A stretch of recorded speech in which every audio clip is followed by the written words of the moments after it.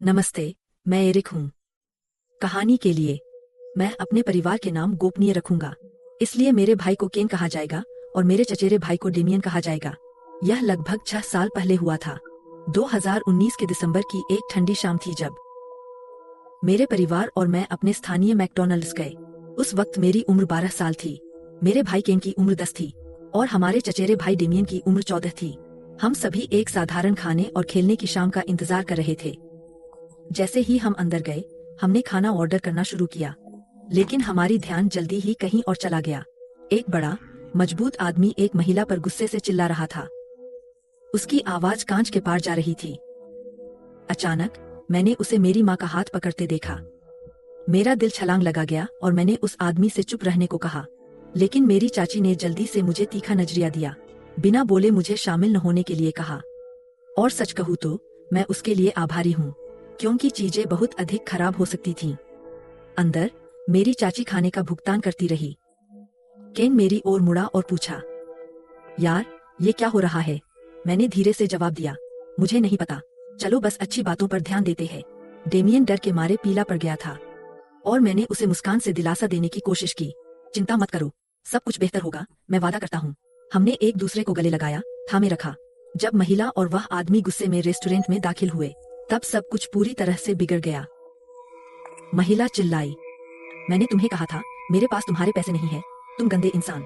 आदमी गरज उठा, उसे झूठी कुतिया कहा। दहो ग्राहकों के पैर जम गए। माता पिता, बच्चे, परिवार, सभी लड़ाई बढ़ते हुए हैरानी से देख रहे थे। एक महिला कर्मचारी आगे आई और कहती है, अभी निकल जाओ या मैं पुलिस को बुलाऊंगी। वहां का माहौल डर से भारी था। मेरी चाची मेरी ओर झुकी और फिर से कहा कि इसमें शामिल मत होना। तो हमने चुपचाप खाना खाने की कोशिश की, हालांकि हमारे हाथ कांप रहे थे। कोने में खेल का मैदान, जो कभी रोमांचक था, अचानक कुछ भी नहीं रहा। केन और डेमियन बार बार कह रहे थे, पुलिस आ रही है, जैसे यही चीज उन्हें शांत रखती थी। लेकिन सच्चाई बहुत ही भयानक थी। मैंने अपनी माँ को देखने का बहाना बनाया और तब मैंने कुछ देखा जिसे कभी नहीं भूल पाऊंगा। आदमी शांत हो गया था। वह अपने दोस्त से बात कर रहा था, एक सख्त दिखने वाला आदमी अपनी गर्लफ्रेंड के साथ। और फिर मैंने देखा 3 शॉटगन आदमी की पीठ पर छिपे हुए थे, उसकी जैकेट के नीचे छुपे थे। मेरी रूह थम सी गई। मैं हिला नहीं, मैं सांस नहीं ली, बस खुद को चलने के लिए मजबूर किया, प्रार्थना करते हुए कि उसने मुझे नोटिस न किया हो। खेल के मैदान पर वापस मैं चुपचाप बैठा, मेरा मन घूम रहा था। जो कुछ मैंने अभी देखा था उसे समझने की कोशिश कर रहा था। कुछ ही पलों बाद पुलिस पहुंची। उन्होंने उस महिला से पूछताछ की और मेरी माँ से बात की। हम जल्दी से रेस्टोरेंट छोड़ गए, अभी भी शशेकन और जो हुआ उसके बारे में बात करते हुए। लेकिन यह खत्म नहीं हुआ था। जब हम जा रहे थे तो हमने पास के गैस स्टेशन पर टिमटिमाती रोशनी देखी। वह आदमी और उसके दोस्त हथकड़ी में थे और उन्हें स्क्वाड कार के खिलाफ दबाया जा रहा था। तब मेरी माँ ने असली बात बताई। वह आदमी उस महिला का पर्स छीनने की कोशिश कर रहा था। जब उसने विरोध किया तो उसने उसे थप्पड़ मारा। उसने पुलिस को बयान दिया और हम घर चले गए। आभारी की अंत में सब खत्म हो गया। उस आदमी को हथकड़ी में देखकर हमें मिला, लेकिन उसने मुझे एक ऐसा यादगार पल दिया जिसे कभी नहीं भूलूंगा। अब 17 साल की उम्र में भी मैं उस रात को याद करता हूँ। वह रात मैकडॉनल्ड्स की एक सामान्य यात्रा कुछ ऐसी चीज में बदल गई जिसे मैं हमेशा अपने साथ रखूंगा। मेरा नाम चेन है और मैं 15 साल का हूँ। यह घटना तब हुई जब मैं 10 साल का था। तब मैं कनाडा के मैनिटोबा के एक छोटे शहर में रहता था।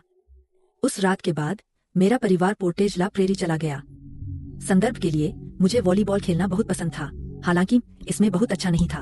मैं खेलना चाहता था। मुझे याद है कि मैंने अपने माता पिता से स्कूल के बाद वॉलीबॉल में नामांकन के लिए विनती की थी, लेकिन मैं हमेशा डर जाता था। अब कहानी की ओर बढ़ते हैं। वह रविवार की रात थी। मेरे माता पिता एक जेंडर रिवील पार्टी में थे और मेरे भाई और मैंने जाने का फैसला किया, क्योंकि उन्होंने कहा था कि हमारे लिए वह उबाऊ होगा। पड़ोसी के साथ खेलने के बाद मैं वापस अंदर गया और अपने भाई के साथ साझा किए गए कमरे में गया। मैंने अपने माता पिता द्वारा खरीदी गई वॉलीबॉल को उछालना शुरू किया।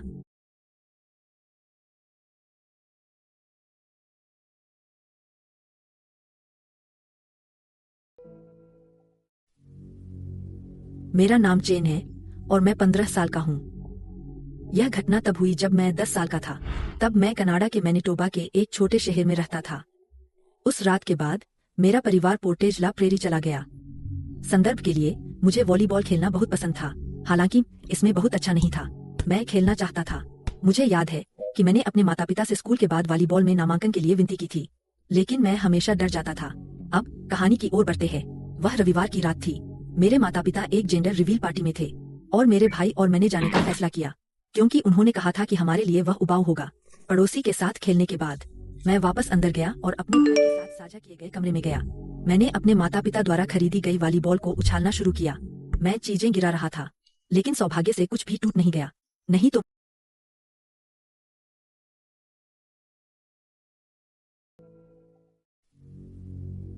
मेरा नाम चेन है और मैं 15 साल का हूँ। यह घटना तब हुई जब मैं 10 साल का था। तब मैं कनाडा के मैनिटोबा के एक छोटे शहर में रहता था। उस रात के बाद मेरा परिवार पोर्टेज ला प्रेरी चला गया। संदर्भ के लिए, मुझे वॉलीबॉल खेलना बहुत पसंद था, हालांकि इसमें बहुत अच्छा नहीं था।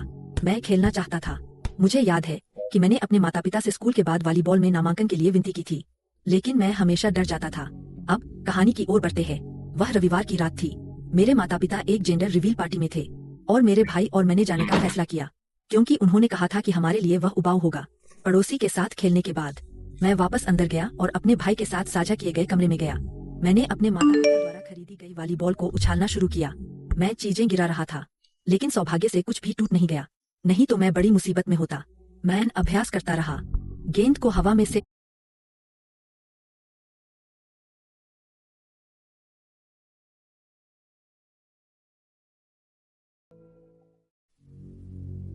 मेरा नाम चेन है और मैं 15 साल का हूँ।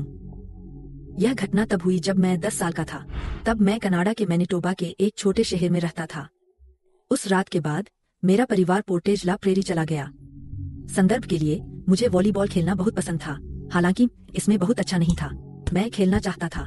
मुझे याद है कि मैंने अपने माता पिता से स्कूल के बाद वॉलीबॉल में नामांकन के लिए विनती की थी, लेकिन मैं हमेशा डर जाता था। अब कहानी की ओर बढ़ते हैं। वह रविवार की रात थी। मेरे माता पिता एक जेंडर रिवील पार्टी में थे और मेरे भाई और मैंने जाने का फैसला किया, क्योंकि उन्होंने कहा था कि हमारे लिए वह उबाऊ होगा। पड़ोसी के साथ खेलने के बाद मैं वापस अंदर गया और अपने भाई के साथ साझा किए गए कमरे में गया। मैंने अपने माता पिता द्वारा खरीदी गई वॉलीबॉल को उछालना शुरू किया। मैं चीजें गिरा रहा था, लेकिन सौभाग्य से कुछ भी टूट नहीं गया। नहीं तो मैं बड़ी मुसीबत में होता। मैं अभ्यास करता रहा, गेंद को हवा में सेट करता रहा। एक बार मैंने जानबूझकर अटारी का दरवाजा मारा। उसमें खींचने के लिए हैंडल भी नहीं था, लेकिन जैसा कि मैं एक शरारती बच्चा था, जिज्ञासा ने मुझे हरा दिया। मैं गैराज गया और अपने भाई से कहा कि वह मेरे साथ ऊपर सीढ़ी ले जाने में मदद करे। उसने कोई सवाल नहीं पूछा, बस मेरी मदद की। चढ़ने से पहले मैंने उन चिपकने वाले हाथ खिलौनों में से एक लिया जो मुझे ट्रिक और ट्रीटिंग से मिले थे। मैं सीढ़ी पर चढ़ा, चिपकने वाले हाथ को अटारी के दरवाजे पर मारा और तब तक खींचता रहा जब तक कि वह नीचे नहीं आया। फिर मैं अटारी में चढ़ गया। वहां पूरी तरह अंधेरा था। मैं कुछ देखने के लिए संघर्ष कर रहा था। मैं केवल एक सोफा, फर्श पर बिखरे हुए कुछ खाने की चीजें देख पा रहा था और एक पुराना बाथटब जो हमने वहां सालों पहले छोड़ दिया था, जिसमें अभी भी गंदा पानी था। और फिर मैंने उसे देखा, एक आदमी 25 के दशक के अंत में, गंजा, सड़े हुए दांतों वाला, जिसकी बदबू ऐसा लग रहा था जैसे उसने हफ्तों से स्नान किया हो। मैं जम गया और फिर जोर से चीखा। जैसे ही मैं सीढ़ी की तरफ भागा, वह मेरे ऊपर छलांग लगा दिया। मैं नीचे से केवल 4 कदम दूर था, लेकिन मैंने इंतजार नहीं किया। मैं कूदा। मैंने अपने भाई से दौड़ने को कहा और बिना किसी स्पष्टीकरण के हम पड़ोसी के घर भाग गए। हमने उनके दरवाजे पर तब तक दस्तक दी जब तक उन्होंने खोलना नहीं शुरू किया।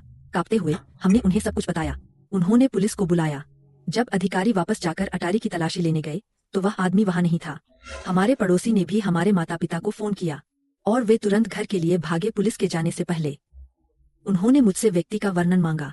मैंने उन्हें हर विवरण दिया जो मैं दे सकता था, लेकिन बस इतना ही था।